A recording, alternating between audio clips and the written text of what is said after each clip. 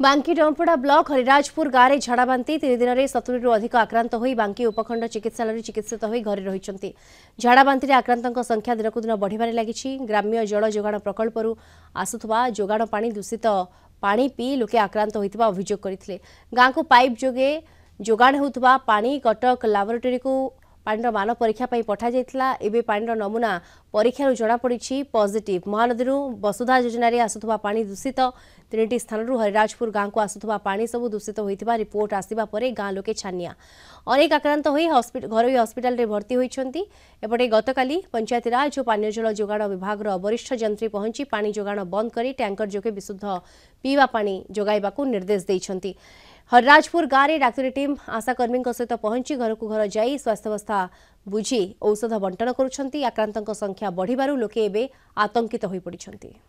आम परिवार मोर दियर है मो पुतुरा है मु भी है आमर जा है बांकी मेडिकल रे से चिकित्सा हलु से भल डॉक्टर नथिबारु भी सेठा डॉक्टर भी आमको जो प्रकार औषध देले से भी बेल पले कमुनी। आम सरकार को अनुरोध करुचु यार तुरंत पदक्षेप नहीं आम गाँव पॉपुलेशन 5000 लोक अच्छा पानी जो टैंकर जोगाउछंती से सफिशिएंट होनी। तेणु आम सरकार को अनुरोध करुचु शीघ्र के पानी समस्या समाधान कले आम निजे चिर उपकृत लाभ कर घरे घरे बुलिकी सचेतन करुचु केमिति जिनसटा जीवाणु मुक्त करी रोग मुक्त करूँ से आम प्रचेषा करूँ।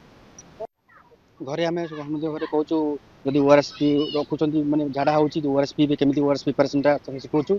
आमर हाथ धुआ हाथ हैंड वाश विषय आशा दीदी मध्यम बुलिकी घर घर बुलिकी कहूँ से दूषित पानी बर्तमान डिसइनफेक्शन करा जाऊ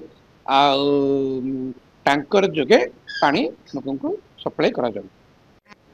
मु निजे हरिराजपुर विजिट करथिली मो साथी रे हमर डंपड़ा सुपरिटेडेंट मैडम भी थिले तांकर बीपीएम भी थिले। आम 3 जन जाक जाई विजिट कलु हमर 3 लाख सेटे टीम हेल्थ कैंप चल सिचुएशन बर्तमान कंट्रोल हो अछि। कॉलेरा किंबा डायरिया आउटब्रेक हेबार कौन प्रकार संभावना नहीं।